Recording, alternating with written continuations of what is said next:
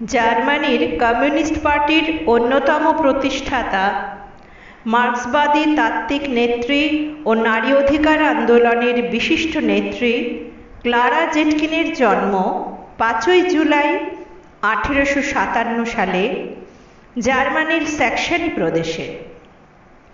তিনি আন্তর্জাতিক নারী দিবসের পথিকৃৎ। শৈশব থেকেই বাবা মায়ের সুসাংস্কৃতিক বাতাবরণে বেড়ে উঠেছিলেন। যদিও সেই সময় জার্মানির সমাজে মেয়েদের উচ্চশিক্ষা, স্বাধীন মত পোষণ ইত্যাদির সহজ অধিকার ছিল না, কিন্তু তিনি উচ্চশিক্ষা লাভ করেছিলেন। তার পিতা ছিলেন একজন শিক্ষক। ক্লারার স্বপ্ন ছিল শিক্ষকতা করার, কিন্তু মাত্র 17 বছর বয়সে তিনি জার্মানির নারী আন্দোলন ও শ্রম আন্দোলনের সাথে জড়িয়ে পড়েন। 1878 সালে যোগ দেন জার্মানির সোশ্যাল ডেমোক্র্যাটিক পার্টিতে। এই সময় রোজা লুক্সেমবার্গের সাথে তার বন্ধুত্ব গড়ে ওঠে। মার্ক্সবাদী দর্শন অনুযায়ী সমাজের আমূল পরিবর্তন ঘটানোর লক্ষ্যে ক্লারা নিজেকে গড়ে তুলতে থাকেন। তিনি অনুভব করেছিলেন, নারীকে রাজনৈতিকভাবে সচেতন করে তুলে তার শৃঙ্খল ভেঙে মুক্ত করতে না পারলে মানবজাতির সামগ্রিক মুক্তি সম্ভব নয়। তিনি সোশ্যাল ডেমোক্র্যাটিক পার্টির একজন ঘনিষ্ঠ সহযোগী হয়ে ওঠেন।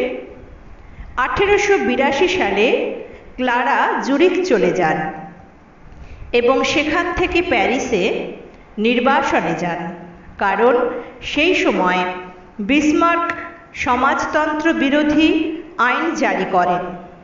প্যারিসে থাকাকালীনই ক্লারা রাশিয়া থেকে পালিয়ে আসা মার্ক্সবাদী বিপ্লবী ওসিপি জেটকিনকে বিয়ে করেন। 1910 সালে দ্বিতীয় আন্তর্জাতিক সমাজতান্ত্রিক কর্মজীবী নারী সম্মেলন অনুষ্ঠিত হয় কোপেনহেগেনে। সেখানে 17টি দেশে শতাধিক নারী প্রতিনিধি যোগ দেন। এই সমাবেশে ক্লারা একটি খসড়া প্রস্তাব দেন 8ই মার্চ দিনটিকে নারী দিবস রূপে উদযাপন করার। ক্লারা ও রোজার মিলিত কাজকর্ম নারী আন্দোলন ও শ্রমজীবী জনতার মুক্তি আন্দোলনকে আরও বেগবান, সুদূর প্রসারী ও সমগ্র বিশ্বব্যাপী ছড়িয়ে দিতে সক্ষম হয়।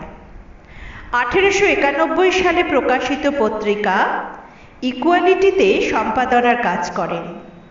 এই পত্রিকাটি প্যারিসে নারী জাগরণের ক্ষেত্রে অসামান্য অবদান রাখে। 1919 সালের জানুয়ারি মাসে জার্মানির কমিউনিস্ট পার্টির সাথে যুক্ত হন ও 1933 সাল অবধি রাইখস্ট্যাগে এই দলের প্রতিনিধিত্ব করেন।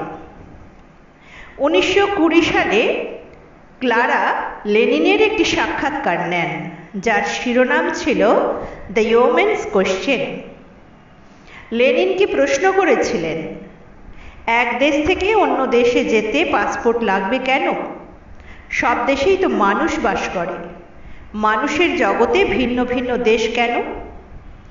উত্তরে লেনিন খুশি হয়ে বলেছিলেন, আমরা যৌথ খামারের অর্থাৎ এক বিশ্ব এক দেশের স্বপ্ন দেখি। এরপর অ্যাডলফ হিটলার ক্ষমতায় এলে পার্টি নিষিদ্ধ ঘোষিত হয়। তিনি তখন 1933 সালে সোভিয়েত ইউনিয়নে চলে আসেন।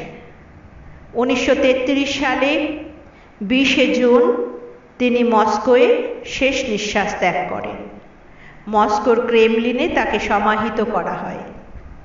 তার সাম্যবাদী চেতনার বিশ্বায়নে নিরলস প্রচেষ্টার প্রতি চিন্তন প্রণত হয়।